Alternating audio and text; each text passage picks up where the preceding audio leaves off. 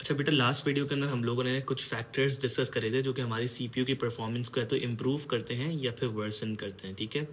और हम लोगों ने एक और चीज़ सीखी थी कि इंस्ट्रक्शन सेट क्या होता है। अब इस लेक्चर के अंदर हम लोग इंशाल्लाह बेटा ये चीज़ डिस्कस करने वाले हैं कि हमारे पास एम्बेडेड सिस्टम क्या होता है और ये किस तरह से काम करता है।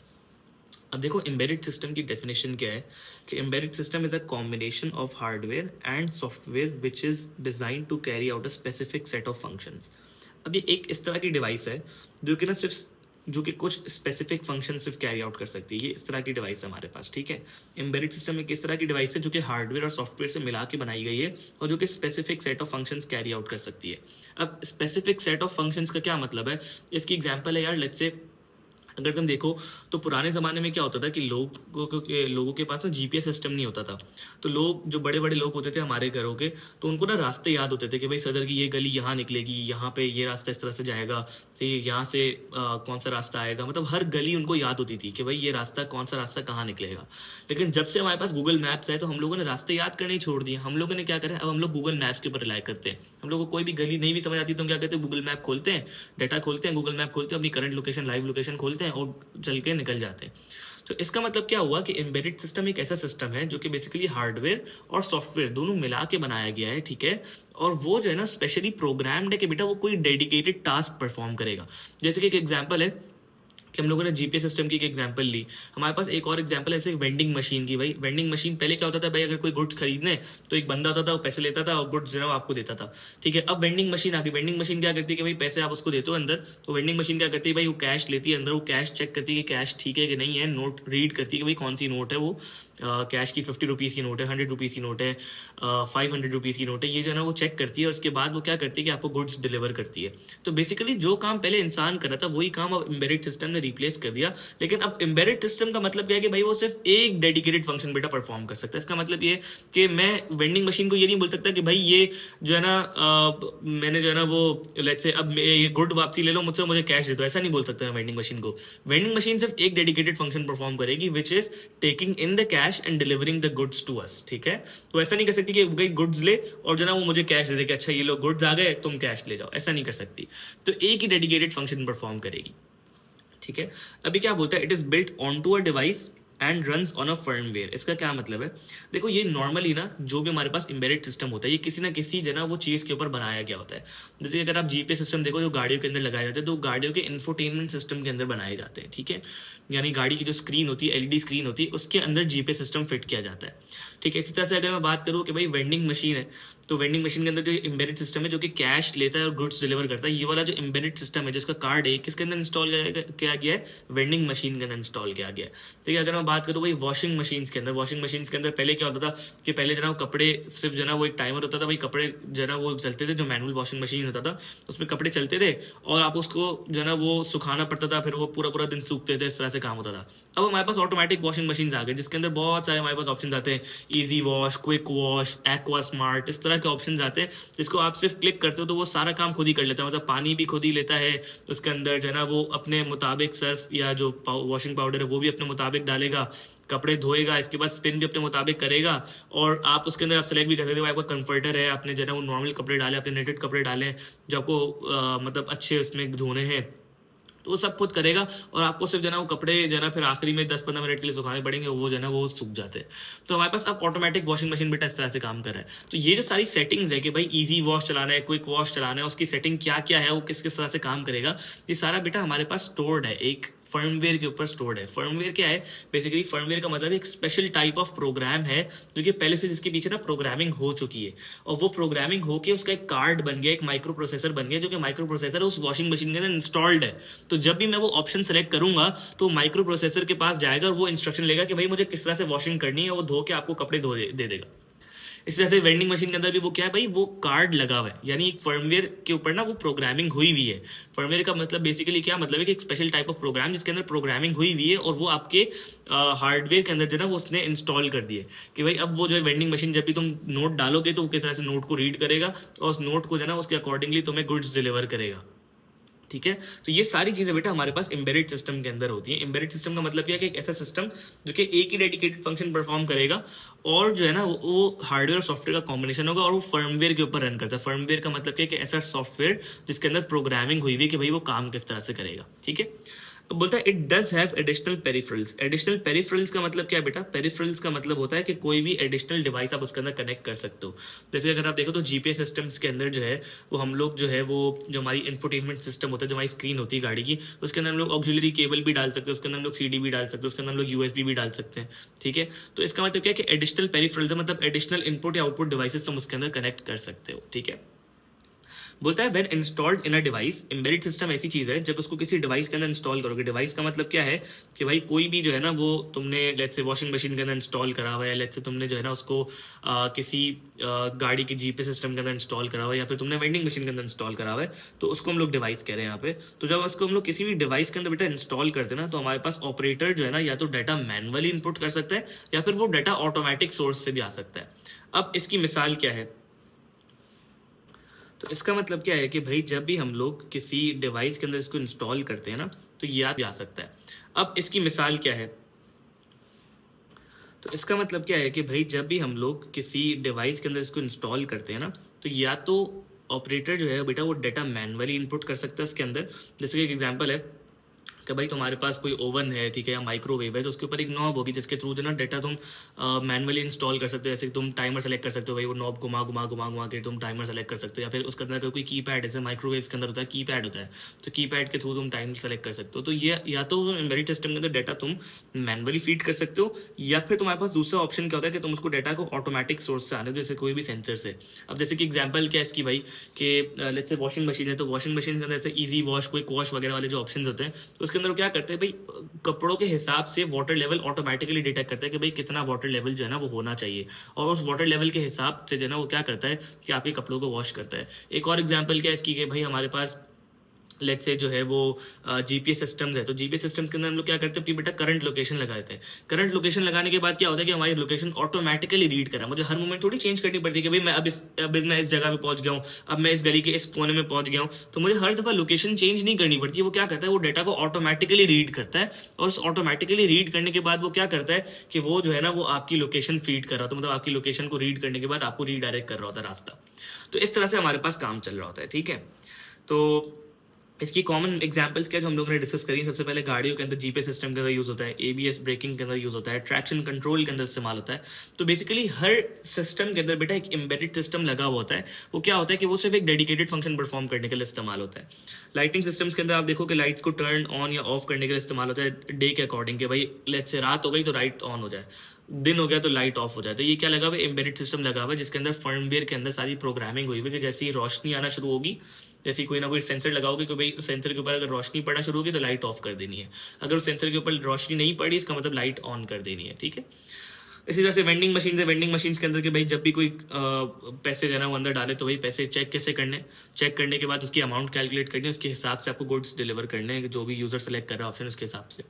फिर वॉशिंग मशीन है, वॉशिंग मशीन के अंदर भाई टाइमर कैसे सेलेक्ट करना है, वॉश सेटिंग्स कैसे सेलेक्ट करनी है, कौन सा मोड चल रहा है वॉशिंग मशीन का, एक्वा स्मार्ट है, इजी वॉश है, कोई भी इस तरह का मेथड है जिसके थ्रू जो है ना वो आपको अपना जो है ना वो फंक्शन परफॉर्म करना है, तो वो वाला आपको ऑप्शन सेलेक्ट करने देगा। ठीक है, तो ये हम लोगों ने कुछ एग्जाम्पल्स डिस्कस करी ऑफ एम्बेडेड सिस्टम। ठीक है, अब आती है बेटा इसकी कैरेक्टरिस्टिक्स हमारे पास। एग्जामिनर बहुत पूछता है एम्बेडेड सिस्टम की कैरेक्टरिस्टिक्स, आपको पता होनी चाहिए। सबसे पहली कैरेक्टरिस्टिक हमारे पास क्या है कि it performs a dedicated function. Dedicated function का मतलब क्या है कि कोई ना कोई एक स्पेशलाइज्ड फंक्शन परफॉर्म करेगा। जैसे वॉश सेटिंग्स वाला फंक्शन है ना, परफॉर्म कर रहा है कि भाई कौन सी वॉश सेटिंग्स के ऊपर चलेगा।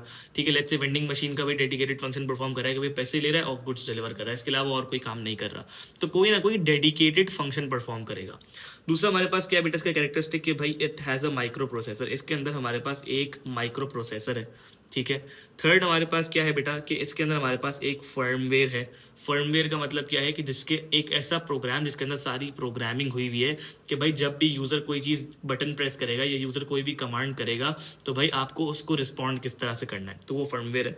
ठीक है, it is built into a system, एक सिस्टम के अंदर बिल्ट हुआ हुआ है, जैसे वेंडिंग मशीन के अंदर बिल्ड हुआ हुआ है या वॉशिंग मशीन के अंदर लगा हुआ है या फिर गाड़ियों के इंफोटेनमेंट स्क्रीन के अंदर लगा हुआ है, तो कोई ना कोई सिस्टम के ऊपर बिल्ड हुआ होगा, ऐसा नहीं है कि भाई कहीं भी बिल्ड कर दोगे इसको। ठीक है, फिफ्थ क्या है, it does not require much power. अच्छा, पहले तो भाई बहुत ज़्यादा पावर कंज्यूम करता था, जैसे कि गाड़ियों के अंदर जब शुरू में आए थे जीपीएस सिस्टम तो जाहिर सी बात है बहुत ज़्यादा पावर कंज्यूम करते थे। अब जो है विद टाइम टेक्नोलॉजी आगे बढ़ रही है तो इसके अंदर अब पावर जो है ना वो कम कंज्यूम कर रहे हैं।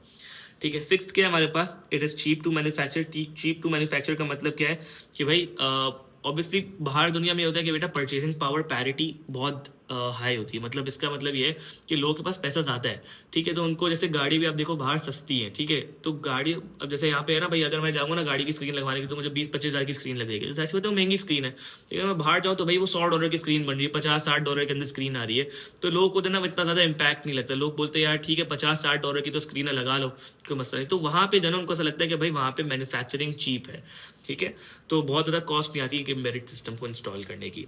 और सेवन्थ क्या, इट वर्क्स ऑटोमेटिकली। अगर जाहिर सी बात है कि डेटा ऑटोमेटिकली फीड हो रहा है तो ऑटोमेटिकली काम करे, जैसे कि जीपीएस सिस्टम है ना, मैं लोकेशन लगा दी, मैंने अपनी करंट लोकेशन लगा दी, मुझे हर मोमेंट उसको दिखाना नहीं पड़ेगा कि भाई मैं यहाँ पहुँच गया हूँ, तो खुद ही लोकेशन को रीड कर रहा है फ्रॉम द सैटेलाइट और उसको मेरे अकॉर्डिंगली रीरूट कर रहा है मेरे रास्ते को। तो ये क्या करता है, ये ऑटोमेटिकली काम कर रहा है, ठीक है। अब आते हैं हमारे पास इसके कुछ प्रोज एंड कॉन्स के बारे में हम लोग को बात करनी है कि भाई क्या प्रोज एंड कॉन्स है ऑफ एन एम्बेडेड सिस्टम। सबसे पहला बेटा प्रो ये है कि they are small in size and therefore easy to fit into devices. इसका मतलब क्या है कि भाई स्मॉल छोटे छोटे सिस्टम्स है, ठीक है, छोटा छोटा कार्ड है, माइक्रो प्रोसेसर छोटा सा है, भाई आप किसी भी डिवाइस के अंदर इंस्टॉल कर सकते हो। लेट्स से कि गाड़ी के इंफोटेनमेंट सिस्टम के अंदर इंस्टॉल कर दिया, वेंडिंग मशीन के अंदर इंस्टॉल कर दिया, वॉशिंग मशीन के अंदर इंस्टॉल कर दिया, तो ये हमारे पास छोटा सिस्टम है, छोटा सा कार्ड है, वो छोटा सा कार्ड आप कहीं भी इंस्टॉल कर दोगे, ठीक है। सेकंड क्या है हमारे पास कि जो है ना compare to other systems are relatively low cost में। कभी मैंने आप लोग बताया कि भाई बाहर की दुनिया में उनको जो है ना सस्ता पड़ता है इसकी प्रोडक्शन, क्यों, क्योंकि भाई तो वो बल्क प्रोडक्शन करते हैं। दूसरी चीज़ ये कि जो है ना क्योंकि वहाँ पे परचेसिंग पावर पैरिटी ज़्यादा है, लोगों की इनकम ज़्यादा है, तो अगर वो $50-60 की स्क्रीन लगा रहे हैं, इस तरह का फंक्शन लगा रहे हैं, तो उनका इतना ज़्यादा महंगा नहीं पड़ता। अब हम लोग वॉशिंग मशीन ऑटोमेटिक लेने आते हैं, वो $1,00,000 का आ रहा है यहाँ पे, लेकिन बाहर की दुनिया में भाई वो $300 का आ रहा है, $200 का आ रहा है, तो उनको शायद इतना ज़्यादा फील नहीं होता। उनको लगता है कि यार ये चीप कॉस्ट है, मतलब हमारा एक काम रुक मतलब आसान हो गया ना। वहाँ पे लोगों के घर में हाउस हेल्प बहुत महंगी आती है, तो लोगों को लगता है कि यार एम्बेडेड सिस्टम लगा लो, ज़्यादा ईजी है, ठीक है, वैक्यूम क्लीनर्स ले लो, वो ज़्यादा ईजी है, ठीक है। थर्ड हमारे पास क्या है, the usually dedicated to one task allowing simple interfaces और often no requirement for an operating system. अब जैसे कि नॉर्मल कंप्यूटर है, नॉर्मल कंप्यूटर के अंदर तो हम लोग को विंडोज़ भी चाहिए या मैक चाहिए कि भाई उसके ऊपर कोई ना कोई ऑपरेटिंग सिस्टम हो जो कि काम परफॉर्म कर सके। लेकिन क्योंकि ये इतना छोटा सिस्टम है तो इसके अंदर कोई ऑपरेटिंग सिस्टम की नीड नहीं है, मतलब मुझे विंडोज़ या लिनक्स या मैक इसका किसी का भी ना ऑपरेटिंग सिस्टम लेने की ज़रूरत नहीं है। मुझे क्या करना भाई, एक छोटा सा माइक्रो प्रोसेसर जो कि सारा काम कर लेगा। फिर क्या है, कंज्यूम वेरी लिटिल पावर। अभी हम लोगों ने बात करी ऊपर कि भाई अब जो है क्योंकि टेक्नोलॉजी आगे बढ़ रही है तो हमारे पास ये कम पावर कंजम्पशन है, तो इसका मतलब है बहुत ज़्यादा एनर्जी कॉस्ट भी नहीं आती और बहुत ज़्यादा एनर्जी जो है ना वो वेस्ट भी नहीं होती है हमारे पास, ठीक है। फिर फिफ्थ क्या है हमारे पास, they can be controlled remotely using a mobile phone for example, ठीक है। तो इसका मतलब क्या है कि भाई आप लोग ये चीज़ देखो कि भाई आजकल जितने भी एसीज आ रहे हैं, फ्रिज आ रहे हैं, तो उन सब में जो ना आपको एक ऑप्शन दिख रहा होगा कि यार वो जो है ना मोबाइल फोन सब कंट्रोल हो रहे हैं, ठीक है। इवन अब गाड़ियाँ भी जो है वो उनके अंदर एक एम्बेडेड सिस्टम लगाया जा रहा है जो कि ऐप्स के थ्रू जो है ना वो गाड़ियाँ जो है ना वो ऑन हो जाती है, ऑफ हो जाती है। जैसे कि अभी हम लोगों ने ये तो देखा है कि भाई सिविक वगैरह इस तरह की गाड़ियों के अंदर जो है ना वो रिमोट के अंदर लाइट वगैरह ऑन कर देता है, इंजन ऑन कर देता है, तो ये जो रिमोट के थ्रू हो रहा है अब मोबाइल फोन के थ्रू भी होना शुरू हो जाएगा। तो ये हमारे पास क्या है भाई, एक एम्बेडेड सिस्टम है जिसको हम रिमोटली कंट्रोल कर सकते हैं, ठीक है, मोबाइल फोन के जरिए। फिर क्या हमारे पास, very fast reaction to changing input, operate this they operate in real time and feedback and are feedback oriented. अब इसका क्या मतलब है, इसका मतलब ये है हमारे पास कि यार ये जितने भी हमारे पास एम्बेडेड सिस्टम है ना इनका रिएक्शन बहुत ज़्यादा फास्ट है। रिएक्शन फास्ट होने का मतलब क्या है हमारे पास कि जो है ना जैसे कि वही जीपीएस सिस्टम वाली मैं एग्जांपल बार बार ले रहा हूँ आपके सामने कि भाई हमारे पास जो जीपीएस सिस्टम है तो उसके अंदर मुझे बार बार लोकेशन फीड नहीं करनी पड़ रही ना। अगर मैं गलती से गलत जो है ना वो गली के अंदर भी मुड़ जाता हूँ तो फौरन से रीरूट कर देता है, मतलब मुझे उस गली से भी रास्ता बता देता है। तो इसका मतलब क्या हुआ कि भाई ये बहुत फास्ट इनका रिएक्शन है भाई। वरना अगर मेरे साथ अगर कोई पुराना बंदा बैठा होता जो कि भाई जिसको रास्ते याद थे, लेकिन अगर मैं गलत गली के अंदर मुड़ जाऊंगा तो बोलेगा नहीं नहीं यार रिवर्स लो, वहीं से जाना पड़ेगा, वहीं से रास्ता है, आगे से कहीं से और रास्ता नहीं आएगा। लेकिन जीपीएस सिस्टम क्या करेगा, अगर गूगल मैप मैंने लगाया तो गूगल मैप मुझे उसी जगह से रास्ता रीरूट कर देगा। तो इसका मतलब क्या है कि भाई ये जो है ना वो बहुत फास्ट रिएक्शन है इसका टू चेंजिंग इनपुट। अगर मतलब इनपुट चेंज होगी तो फौरन से फास्ट रिएक्शन देगा, फौरन से काम करेगा आपका, ठीक है। फिर क्या हमारे पास सेवेंथ क्या है, with mass production comes reliability. इसका मतलब क्या है कि भाई जितनी ज़्यादा प्रोडक्शन होगी उतना ज़्यादा स्टैंडर्डाइजेशन आएगी और स्टैंडर्डाइजेशन के आने से रिलायबिलिटी बढ़ जाएगी। अब ऐसा तो नहीं है भाई गाड़ी की स्क्रीन फौरन खराब हो जाती है, ऐसा तो नहीं है, वॉशिंग मशीन फौरन खराब होता है, ऐसा तो नहीं है ना। तो जितनी ज़्यादा प्रोडक्शन होगी, जितनी ज़्यादा टेक्नोलॉजी आगे बढ़ेगी तो उसके अंदर रिलायबिलिटी और ज़्यादा होगी, सही है। ये और ज़्यादा अच्छी टेक्नोलॉजी की तरफ हम लोग बढ़ रहे हैं और ज़्यादा रिलायबल होगा ये, मतलब यूज़ करना कि भाई ऐसा नहीं होगा कि भाई टेक्नोलॉजी यूज़ करे खराब हो जाएगी, कभी भी ऐसा नहीं होगा, ठीक है। लेकिन on the other hand we have drawbacks as well, ठीक है। सबसे पहला ड्रॉबैक क्या है कि it can be difficult to upgrade to some devices, to take advantage of new technology. कभी कभी कुछ ऐसे सिस्टम्स होते हैं कि भाई जिसके अंदर अपग्रेडेशन पॉसिबल नहीं होती, ठीक है, जिसके अंदर हम लोग बहुत ज़्यादा अपग्रेड नहीं कर पा रहे होते, ठीक है। कि लेट्स से अब गाड़ी है तो हमें अगर गाड़ी के अंदर वाईफाई चाहिए तो जाहिर सी बात है वाईफाई सिस्टम जो है ना मुझे लाना थोड़ा सा मेरे लिए मुश्किल काम होगा। जीपीएस सिस्टम के लिए या तो मुझे मोबाइल डेटा से कनेक्ट करना पड़ेगा या फिर मुझे वाईफाई मतलब चलती गाड़ी के अंदर वाईफाई लाना थोड़ा सा मुश्किल काम है। हाँ ऑब्वियसली थोड़ी सी अब टेक्नोलॉजी आएगी तो ऐसा भी होने लगेगा थोड़े टाइम के अंदर, लेकिन अब मतलब हर चीज़ के अंदर अपग्रेडेशन लाना इतना इजी नहीं होता, उसके अंदर काफ़ी R&D लगती है, काफ़ी रिसर्च एंड डेवलपमेंट लगती है। तो पहला मसला क्या है कि it can be difficult to upgrade some devices to take advantage of new technology, मतलब हर डिवाइस को अपग्रेड करना मुश्किल है। दूसरा क्या हमारे पास trouble shooting faults in the device becomes a specialist task. अब इसका क्या मतलब है बेटा, ये एक बड़ी अच्छी एग्जाम्पल आपको समझाता हूँ। मेरी एक गाड़ी है, ठीक है, तो गाड़ी में एक दफ़ा हुआ क्या कि मेरा ना AC ख़राब हो गया। अब वो नई गाड़ी थी, ब्रांड न्यू मैंने निकाली थी सेंट्रल मोटर्स से, तो उसके अंदर ना AC ख़राब हो गया मेरा। जब AC ख़राब हुआ ना मेरा, तो मैं जो ना वो, अब जाहिर सी बात है हम सबका जो ना वो मेंटालिटी है, मैं गया टोयोटा सेंट्रल मोटर्स पे, ठीक है, टोयोटा सेंट्रल मोटर्स पे जब मैं गया तो उसने मुझे बोला कि सर आपका तो पूरा AC यूनिट रिप्लेस करना पड़ेगा, ये वन है ना लाइफ टाइम वाला फॉल्ट है जो बहुत कम गाड़ियों के अंदर आता रह रहा था और आपकी गाड़ी के अंदर आ गया है, तो आपका पूरा AC सिस्टम जो है ना वो हमें चेंज करना पड़ेगा। अच्छा गाड़ी मेरी नई थी रिलेटिवली, मतलब 3-4 साल हो गए थे गाड़ी को, सही है लिए हुए, लेकिन मैंने ब्रांड न्यू 0 मीटर निकाली थी। अब मैंने उसको बोला यार कि मसला ये कि कितना खर्चा आएगा, तो उसने बोला सर 2.5 लाख रुपए का खर्चा है आपकी गाड़ी के ऊपर।